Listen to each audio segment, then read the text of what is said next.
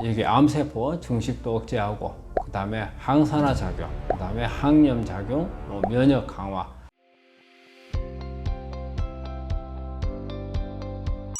자기소개 부탁드립니다.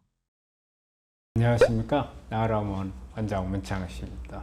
오늘은 제가 시작하기 앞서서 며칠 전에 이렇게 환자 진료하면서 느낀 게 있어가지고 잠깐 말씀을 드릴까 하는데요. 우리 환자분들이 함정이 있어요. 치료를 하는데 그 함정 중에 하나가 누가 뭘 먹고 좋아졌다 하는 이 함정이거든요. 근데 우리 환자분들이 가장 끌리는 게 바로 그 점이에요. 누가 뭘 먹어서 좋아졌어, 나도 먹으면 좋아지겠다 하는 부분들인데, 그런 함정에 좀 안 빠졌으면 좋겠다. 뭐 그걸 먹는다고 해서 나쁘다는 건 아니죠. 하지만 이걸 생각을 해보세요. 누가 와가지고 뭐 A라는 물질을 먹으니까 암이 좋아졌다더라. 이제 그걸 가지고 저한테 이제 이거 얼마나 좋으냐 물어보는 환자가 있어서 그러는데, 제가 이제 항상 우리 환자한테 그 이야기를 해요. 그걸 뭐 먹어가지고 그 사람이 좋아질 수도 있다. 근데 당신한테 그걸 먹었을 때 좋아질지 그거는 알 수가 없는 거다. 그러면 이걸 한번 생각해. 누가 와가지고 좋아졌다니까는 이거 먹으면 좋아졌겠는데. 자, 그러면 이제 말을 하나 살짝 바꿔볼까요? 이 사람이 몇 명이 먹었는데 이게 좋아졌을까? 예를 들어가지고 1000명이 먹었다. 1000명이 먹었으면 0.1%가 되겠죠. 그럼 만약에 0.1% 듣는다는 약이 있으면은 당신 먹겠어요? 안 먹을 거 아니에요. 근데 우리 환자분들이 거기에 함정이 있어요. 뭐냐면 어떤 것을 누가 좋아졌다 하면 내가 좋아질 것 같은 그런 생각이 들어요. 하지만 퍼센트로 말을 해주면 절대 안 하죠. 그렇기 때문에 이게 함정이에요. 어느 누가 먹고 좋아졌다. 이거 요즘에 워낙 많이 나와요. 수도 없이 나와요.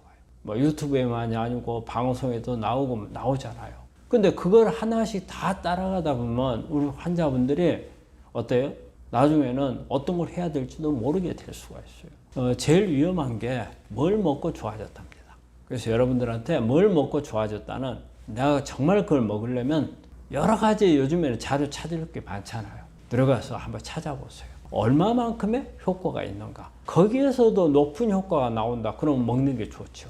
그런데 그게 어떤 효과에 대해서 좀 미심쩍은 부분들이 나오고 높은 수치가 나오질 않다면 여러분들한테 맞을 가능성이, 그거 먹었다는 사람은 그게 좋아졌다는 사람 좋아졌겠죠.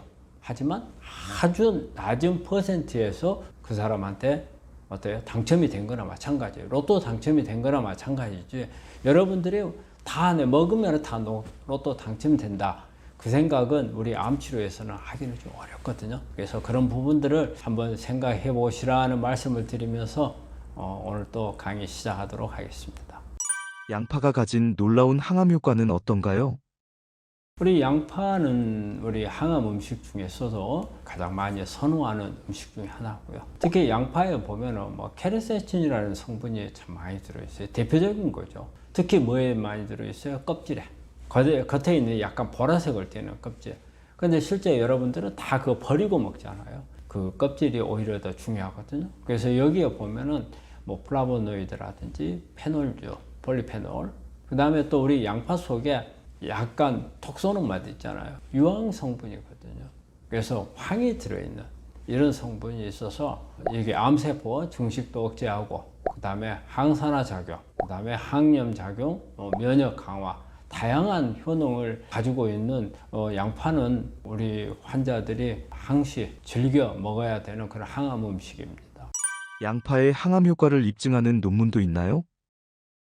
양파에 대한 부분들은 많이 나와 있죠. 이거는 동서양을 막론하고 항상 항암 효과가 있는 그런 음식 중에 하나이기 때문에, 이게 2021년도에 나온 자료인데요. 양파 껍질을 추출을 가지고 암세포 성장률 어느 정도, 또 성장률이나 그 다음에 이제 침륜도를 본 거예요. 이걸 발표한 건데, 이 양파 껍질에서 추출을 했어요. 그래서 이것을 희석을 해서 하나는 5마이크로그램짜리, 또 하나는 10마이크로그램짜리를 가지고 48시간 동안 쥐에 투여를 한 결과 침륜이 5마이크로에서는 한 23% 정도 감소했고, 그 다음에 10마이크로에서는 52% 정도 감소한. 그래서 암세포가 이렇게 특징이 문어발처럼 뻗어나가는 이런 기능이 있는데, 그런 효과를 떨어뜨리라는 그런 항암 효과에 대해서 증명한 논문이 되겠습니다. 양파, 어떻게 먹어야 항암 효과가 극대화될까요? 우리 양파를 먹는 것은 우리가 이제 되게 익혀서도 먹고 또 생으로도 먹고 하는데 완전 생으로 먹으면 이게 톡 쏘는 맛이 이게 황 때문에 톡 쏘는 맛이 많죠. 그래서 뭐 이렇게 생야채로도 우리가 고기 같은 거 이렇게 먹을 때 생양파 먹잖아요. 그렇게도 먹을 수도 있고 또 아니면은 톡 쏘는 게 강하면은 약간 익혀가지고 먹는 게 좋고. 그리고 양파는 양파도 마찬가지로 이렇게 썰어 놓으면은 이 안에 있는 효소들이 여러 가지 작용을 하거든요. 그러면 이 효소 작용이 높아지려면 최소한 5분에서 10분 정도 시간이 필요해요. 그러니까 그런 시간이 지나고 나서 섭취를 하게 되면 이 효소 작용이 제대로 나와서 우리가 원하는 성분을 제대로 먹을 수가 있거든요. 그리고 우리가 양파 같은 경우는 약간 볶아서도 먹잖아요. 프라이팬에다가 약한 열로 살짝 볶아가지고 먹으면 이때 퀘르세친 성분이 훨씬 더 흡수율이 높아지기 때문에 좋은 효과를 얻을 수가 있고, 그리고 또 하나 우리가 양파를 구할 때 겉껍질을 버리지 말라는 말을 저는 자주 합니다. 왜냐하면 겉에 있는 겉껍질이 보라색으로 있는 껍질은 다 바짝 말라 있어요. 그리고 이제 우리 대개는 이제 요리할 때도 그건 다 벗겨버리고 안에 있는 하얀 부분만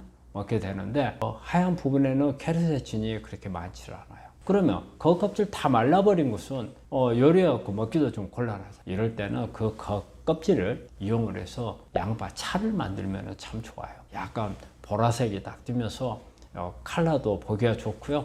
먹어도 풍미도 좀 있고, 저는 그 껍질은 버리지 말고 꼭 차로 만들어서 먹으면 좋겠고, 그 다음에 양파를 선택할 때도 퀘르세친이 많으려면 보라색, 붉은색들이 좀 많아야 되거든요. 그래서 가능한 한 컬러가 좀 진한 거, 이런 색을 고르면은 그 안에 유효 성분들이 많은 것을 선택할 수가 있거든요. 이런 부분들을 생각하면은 많은 항암 효과를 높일 수 있다고 생각합니다. 암 환자가 양파를 섭취할 때 주의할 점이 있을까요? 양파가 황이 많기 때문에 이게 좀 예민한 사람들은 이게 상당히 톡 쏘는 맛이 있어요. 이게 좀 자극성이 있거든요. 특히 우리 항암을 하는 분들 이런 경우에는 생으로 먹는 경우에 상당히 거북한 것을 오히려 부작용을 유발할 수도 있는 그런 부분들이 있어요. 우리 항암하신 분들은 구내염이라든지 위염이라든지 장염이라든지 이런 부분들이 잘 올 수가 있거든요. 이럴 때 그냥 생으로 먹었을 때는 여러 가지 불편한 부작용들이 올 수 있다는 것을 생각해서 가능하게 익혀서 드시는 게 좋겠고, 그리고 양파가 좋다고 해가지고 많이 먹잖아요. 그러면 우리 안에서 가스 같은 거 많이 생기죠.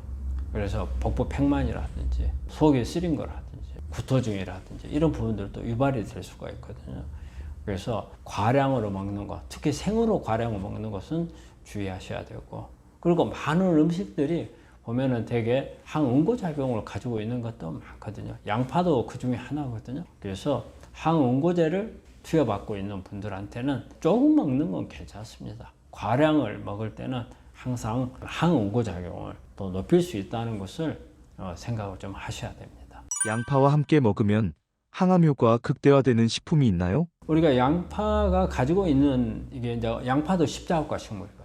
여러 가지 파이토케미칼들이 많은데 십자합과 식물들을 공통으로 가지고 있는 그런 성분들이 있어요. 특히 양파라든지 마늘이라든지 알리움이라고 해서 알리신, 마늘 속에 가장 많이 들어있죠.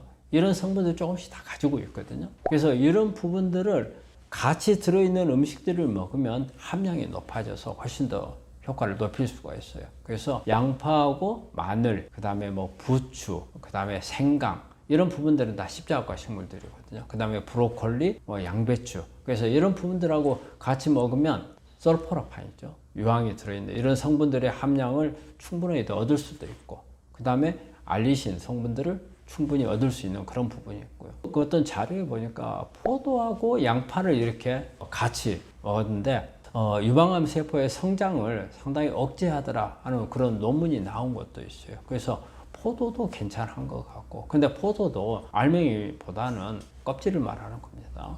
그 다음에 이제 베리류, 이제 블루베리라든지 뭐 크랜베리, 뭐 여러 가지 아로니아 이런 부분들을 같이 먹는 것도 괜찮고, 그 양파하고 강황, 우리 그 카레 같은 거 먹을 때도 보면은 양파하고 같이 해서 하면은 훨씬 더 풍미가 있고 우리가 항암 효과도 높일 수가 있거든요. 이런 부분들을 같이 먹으면 상당히 도움이 되리라 생각합니다. 해조류는 암 환자에게 어떤 효과를 주나요? 우리 암 환자분들이 해조류를 먹는 것은 아주 권장을 해요. 아주 좋아요. 특히 이제 김이라든지 미역, 다시마. 되게 이제 이 안에는 보면 이제 제일 많은 게 다당체라고 하죠. 여기 보면 알긴산이라든지 후코이다. 알긴산은 미역이라든지 다시마 보면은 이 겉에 허옇게 끼어 있는 거. 이게 이제 알긴산이나 후코이다 이런 성분들이거든요. 이런 다당체가 많이 들어있다. 다당체는 면역을 높이는 효과가 상당히 많죠. 요오드가 많죠. 요오드는 이제 갑상선하고 관련되죠. 그래서 요오드가 부족하면 갑상선 암이 잘 생겨요. 그래서 충분하게 요오드는 공급이 돼야 되는데 이게 이제 김이나 미역, 다시마에서 공급을 받을 수가 있고 또 김이나 미역, 다시마 속에는 여러 가지 비타민이라든지 또 식이섬유가 많죠. 그리고 폴리페놀. 그래서 다양한 이런 성분들이 있거든요. 이 성분들이 보면 이제 암하고 관련해서 이렇게 암세포 성장을 억제하기도 하고 세포 자살을 촉진시켜주는 거. 그 다음에 우리 면역 세포들의 기능을 강화를 시켜주고 특히 이제 암에서 중요한 게 염증을 억제하는 게 중요하거든요. 사실은 우리 암이 크고 하는 것은 우리는 염증하고는 뭐 크게 관계가 없다고 생각하는데 실제는요 우리 몸 안에서 이렇게 암을 촉진시키는 것은요 어떤 염증성 물질들이 하는 경우가 많아요. 그래서 우리가 염증을 줄여야 된다, 염증을 줄여야 된다 하는 것도 보면 항암 효과를 높이는 그런 개념이에요. 해조류는 방사선 치료 할 때 부작용을 좀 줄여주는 게 있는 걸로 돼 있어요. 예, 그래서 되게 이제 방사선 치료할 때 버섯류나 이렇게 김이나 미역, 다시마를 먹으면 어떤 산란파를 좀 막아줄 수도 있고 부작용을 줄일 수 있는 그런 부분들이 있거든요. 이런 해조류에는 이러한 좋은 항암 작용을 가지고 있는 그런 성분들이 많이 있습니다. 해조류의 항암 효과를 입증한 논문이 있나요? 예, 이게 우리 2009년도에 나온, 이거는 우리 국내에서 나온 논문입니다. 우리 국내가 어떻게 보면은 김이라든지 해조류를 많이 먹는 나라잖아요. 여기에 보면 김하고 미역을 이렇게 비교를 했어요. 유방암 세포를 대상으로 해가지고 이게 유방암 위험도가 얼마 정도 이렇게 떨쳐줄 수 있겠는가 이것을 이제 조사한 건데 이게 2009년도 12월 달에 나온 논문입니다. 여기에 보니까 김하고 미역하고 비교를 했는데 의외로 김이 유방암 위험을 상당히 낮춰준다는 그런 보고를 했어요. 근데 반면에 이 논문의 특징이 뭐냐면 미역은 별로 효과가 없었다고 나오는 거였거든요. 제가 생각할 때는 김이나 미역이나 비스듬한 그런 성분들을 가지고 있으리라고 생각을 하는데 이런 논문이 나와서 실제 우리가 우리 환자들이 먹을 때는 아마 미역을 참 선호를 많이 해요. 그런데 우리 김도 상당히 그런 효과가 있다는 것을 이렇게 강조해주는 그런 논문인 것 같고 특히 요즘에 김은 어때요? 건강식, 항암 음식이 아주 세계적으로 이제 지금 알려졌잖아요. 아마 이 논문이 보면은 그런데 상당히 입증을 해주는 그런 논문이 아닌가 생각을 합니다. 김미역 다시마 항암 효과 어떻게 하면 극대화될까요? 우리가 일반적으로 잘 먹는 방법이 있죠. 우리가 김은 되게 구워서 많이 먹잖아요. 그리고 미역국, 국을 끓여서 먹고 그 다음에 이제 다시마. 우리가 다시마 국은 어때요? 우리가 천연 MSG잖아요. 우리가 MSG라는 게요. 모노소디움 글루타메이트인데 이게 다시마 속에 엄청 많이 들어있어요. 근데 우리가 조미료로 나와 있는 것에 MSG 먹으면 안 돼 하잖아요. 사실은 다시마 속에는 MSG가 많이 들어있습니다. 그건 천연이기 때문에 괜찮다고 생각을 하잖아요.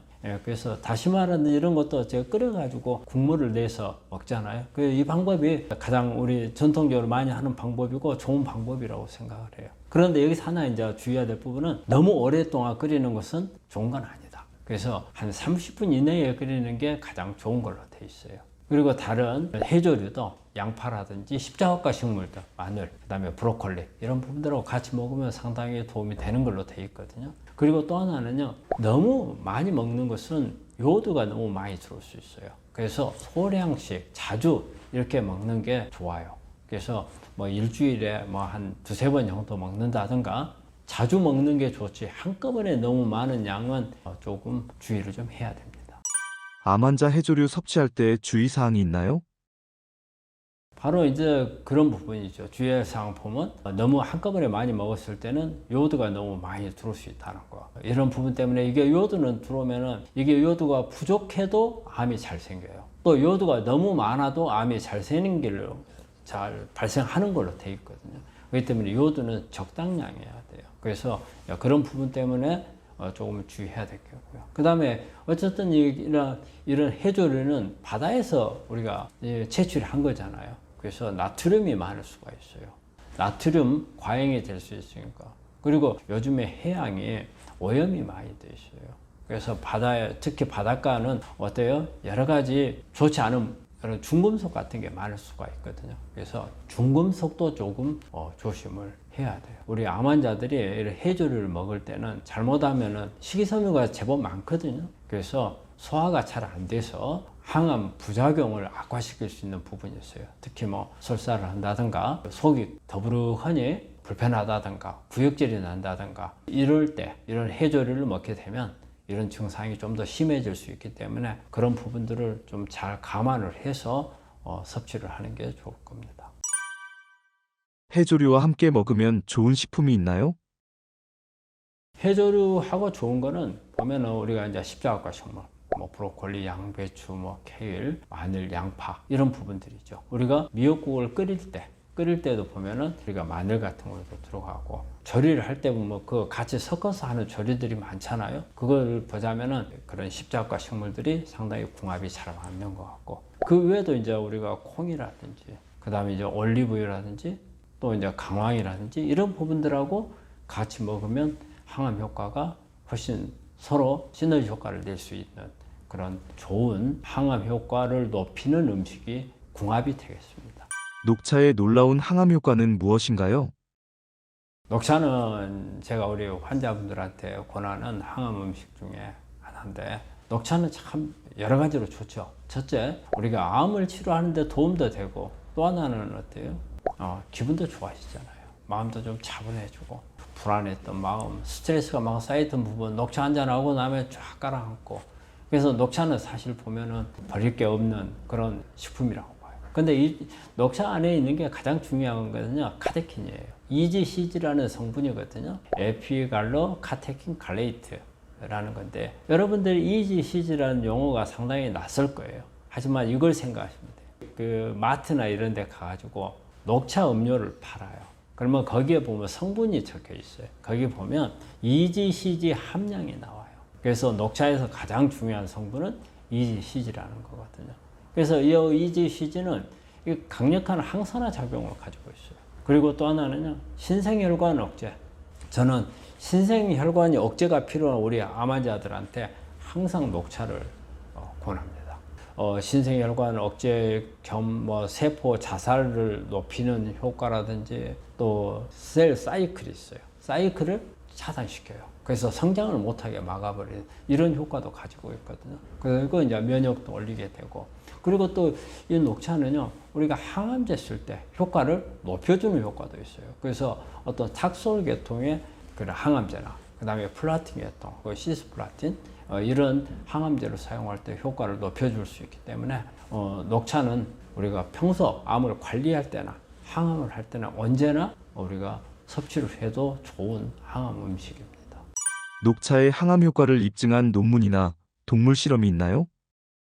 예, 녹차는 뭐 동서양을 막론하고 참 많이 논문이 나와 있는 그런 거죠. 그래서 그 중에 하나 이게 추려봤는데 특히 이제 이게 최근에 금년에 나온 논문이어서 그 아메리칸 저널 차이나 메디신 여기에 발표된 논문인데 녹차하고 안에 들어있는 EGCG가 이게 메타 분석이에요. 어느 정도의 암 예방 효과가 있는가 이걸 본 자료인데요. 43편 정도의 논문을 메타 분석을 했거든요. 그래서 여기에 보면은 녹차가 재발률을 91% 정도에 낮춰줄 수가 있고 근데 EGC만 단독으로 해서 보니까 한 72% 정도의 재발률을 낮춰주더라고 돼 있거든요. 그래서 가능한 한 EGCG만 따로 먹는 것보다도 녹차를 먹는 게 훨씬 더 좋겠다는 그런 생각이 들어요. 녹차를 많이 드시는 것을 권하고, 그런데 또 이런 분들이 있어요. 신생혈관을 억제해야 되는, 암을 빨리 효과를 보기 위하면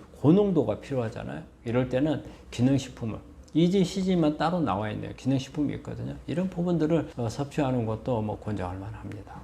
녹차의 항암 효과를 제대로 뽑는 방법이 있나요? 녹차를 먹는 방법인데, 우리가 녹차나 커피나 우리가 이제 완전히 물을 끓여가지고 하는 것보다는 대개 이제 80도에서 85도씨 물에, 커피도 좀 그런 경향이 있거든요. 그래서 그 정도에서 2, 3분 정도 우려내는 게 가장 좋은 걸로 돼 있거든요.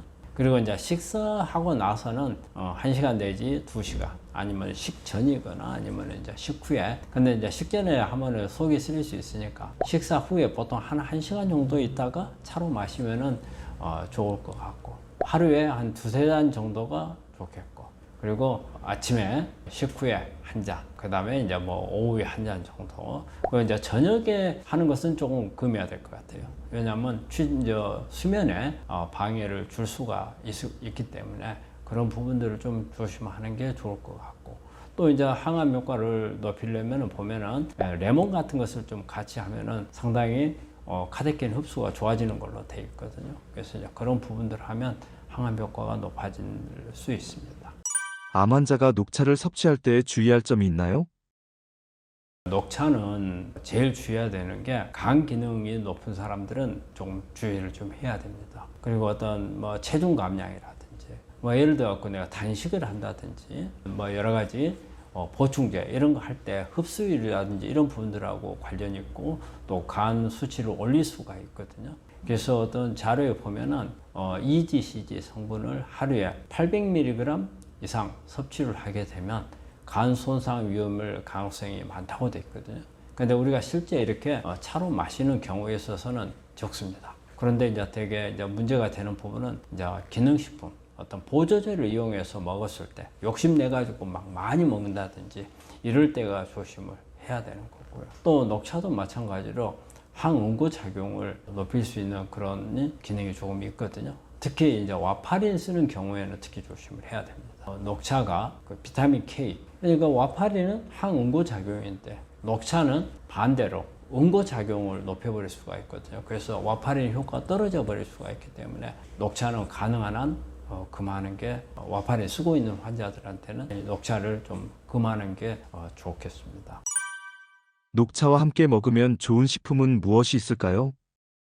네, 녹차도 마찬가지로 이제 안에 파이토케미칼들이 많으니까 그런 유사한 파이토케미칼들이 같이 먹는 게 좋죠. 귤이라든지 레몬, 비타민 C. 이 비타민 C가 많은 성분들은 대개 이제 이 카테킨이 파괴가 되는 것을 막아서 그 EGCG 효과를 상승시키는 그런 작용이 있거든요. 그리고 이제 브로콜리나 케일 등 이런 십자가 식물들 속에는 설포라판, EGCG가 합쳐서 줄기세포가 만들어지는 것을 막아주기도 하고, 신생혈관이 만들어지는 것을 막아주는 그런 효과를 높일 수가 있거든요. 그리고 이제 포도라든지 블루베리 이런 데 들어있는 이제 레스베라트롤 성분이 있어요. 우리가 레스베라트롤, 그 다음에 EGCG, 그 다음에 피세틴, 이게 어떻게 보면은 신생혈관을 만드는 것을 억제해주는 효과가 강하거든요. 그래서 저는 이 세 가지를 환자들한테 같이 많이 쓰는데, 이때 포도에 특히 보면은 포도 씨에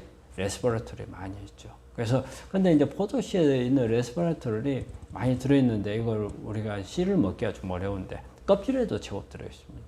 껍질을, 포도 씨 껍질과 녹차를 같이 먹으면 효과가 높아질 수가 있고요. 그리고 이제 이런 성분들이, EGC 성분이 우리 몸 안에 흡수가 잘 돼야 되거든요. 그러면 오메가3를 같이 먹게 되면 흡수율이 높아져서 이것도 같이 먹는 게 좋고요. 이런 부분들이 항암 효과를 높이는 그런 같이 먹어서 좋은 음식들이 아닌가 생각합니다.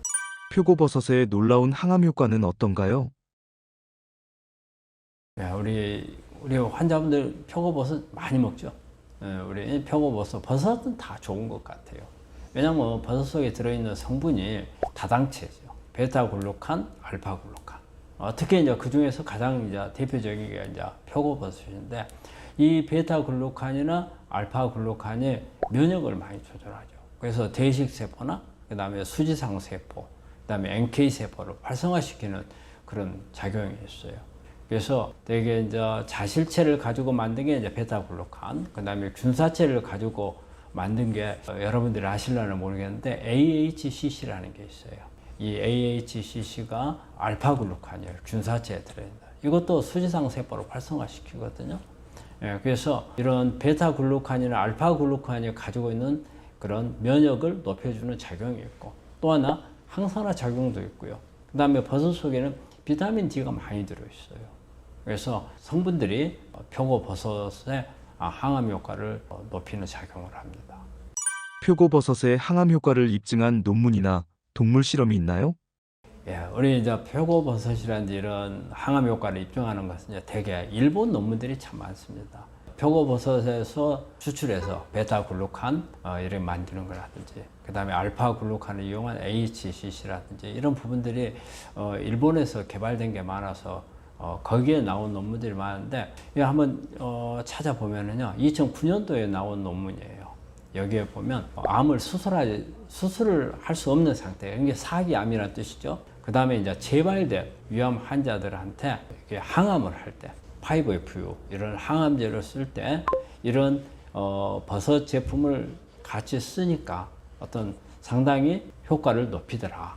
그리고 또 사망률도 낮추더라. 이런 부분들에 대한 논문이 나온 게 있는데, 여기에서 보면 한 650명을 연구를 했어요. 그래서 대상으로 한 연구 결과에 비하니까 사망률이 대조군에 비해서 한 20% 정도 더 줄어들더라. 그렇다면 상당한 그런 효과가 있는 그런 성분이라는 것을 증명하는 논문이 되겠고요. 이전에 처음에 우리가 이 표고버섯이 항암 작용이 있다 해가지고 나온 게 제법 오래되거든요. 그래서 옛날치 제가 논문을 한번 찾아봤어요. 그랬더만은 1986년도에 나온 게 이 표고버섯이 항암 작용이 어느 정도인가를 이렇게 밝혀놓은 논문이 있더라고요. 여기에 보니까 이게 표고 분말을 가지고 투여를 한 결과 종양 발생률을 58에서 한 79% 정도의 억제를 해주는 그런 힘을 가지고 있더라고 발표된 게 있거든요. 그래서 그때부터 보면은 이런 버섯 제품이 상당히 유행하지 않았나 그렇게 생각을 합니다. 표고버섯 어떻게 먹어야 항암 효과 극대화될까요? 우리가 버섯을 먹을 때는 우리가 좀 조심해야 되는 부분이 있어요. 버섯을 먹을 때는 우리가 그냥 살짝 데쳐갖고 먹거나 그런 경우가 많거든요. 그런데 특히 표고버섯을 먹을 때는 이 베타글루칸을 충분하게 우려 나올 수 있도록 그렇게 해야 되는 거거든요. 베타글루칸 같은 경우는 끓이는 게 좋아요. 그래서 미역국이라든지 이렇게 채소들하고 같이 해가지고 끓여서 꼭 먹어야 된다는 걸 말씀드려요. 살짝 데쳐서 먹는 것보다는 끓여서 먹어야 된다. 그리고 또 하나는 그 이유 중에 하나가 표고는 잘못 먹으면 피부에 발진 같은 게 생길 수가 있거든요. 그래서 그 부분을 조심해야 되는데, 대개 이게 덜 익혔을 때 그런 현상이 와요. 그리고 어쨌든 잘 익혀야 다당체가 많이 우러나온다는 거. 그래서 표고버섯을 먹을 때는요, 꼭 주의하거나 효과를 높이기 위해서는 잘 끓여가지고 먹는 게 좋다. 그 말씀을 드립니다. 암 환자가 표고버섯을 섭취할 때 주의할 점이 있나요? 방금도 이야기했지만은 익혀서 드셔야 된다는 거. 잘못하면은 피부병이 발생할 수 있다는 거죠. 특히 우리 표고 겉에 보면은 약간 갈색이 있는데 어때요? 막 금이 가 있듯이 이런 그 피부가 터는 현상 같이 생기잖아요. 이 안에 있는 성분 때문에 그래요. 그리고 또 이게 버섯도 이게 다당체가 많고 식이섬유가 많은 거거든요. 그래서 위장 간의 부작용 같은 걸 있을 수가 있어요. 특히 이제 항암을 할 때 조금 조심을 하셔야 되고, 그리고 이제 알레르기나 특히 이제 아나필락시스 같은 것도 드물죠. 하지만은 그렇게 온 사례가 있다고 해요. 그리고 표고버섯도 이게 중금속이 상당히 있는 부분이 있다고 그래요. 그래서 특히 이제 원산지를 잘 확인을 해서 주변에 잘 재배하는 곳을 잘 아는 곳에 가져온 그런 제품을 사용하는 게 중요합니다. 표고버섯과 함께 먹으면 좋은 식품이 있나요? 예, 버섯 종류도 마찬가지로 이렇게 파이토케미칼들이 많은 것은 서로 같이 이렇게 하는 게 상당히 효과가 있어요. 그래서 비타민 C 같은 게 많은 이런 식품들을 먹게 되면 뭐 레몬이라든지 귤, 뭐 파프리카나 뭐 키위 이런 것들을 이렇게 같이 먹으면 면역을 같이 올려주는 효과가 있고 또 포도라든지 그 다음에 뭐 블루베리 그래서 레스베라톨이 많이 들어있는 이런 성분들이 많이 들어있는 식품들하고 같이 먹으면은 파이토케미칼들이 많이 올라서 항암 작용을 높여주죠. 그리고 또 항상 우리가 어느 식품이든지 십자가 식물하고 궁합이 잘 맞는 것 같아요. 십자가 식물. 그래서 뭐 브로콜리라든지 그 다음에 부추, 마늘, 양파, 양배추 이런 부분들하고 같이 먹으면 버섯이 소화가 잘 안 될 수도 있고 그 다음에 다당체가 장점도 있지만 단점도 있거든요. 이런 부분들을 조금 보완해주는 그런 효과가 있는 것 같아요. 그리고 올리브유라든지 이런 부분들을 같이 먹게 되면 흡수율도 같이 높여줄 수 있고 특히 비타민 D를 우리가 버섯에서 흡수를 하기 위해서는 올리브유를 같은 걸 같이 먹으면 훨씬 더 비타민 D가 흡수가 잘 되는 걸로 되어 있습니다. 이런 부분들이 서로 궁합이 잘 맞는 음식이라고 생각합니다.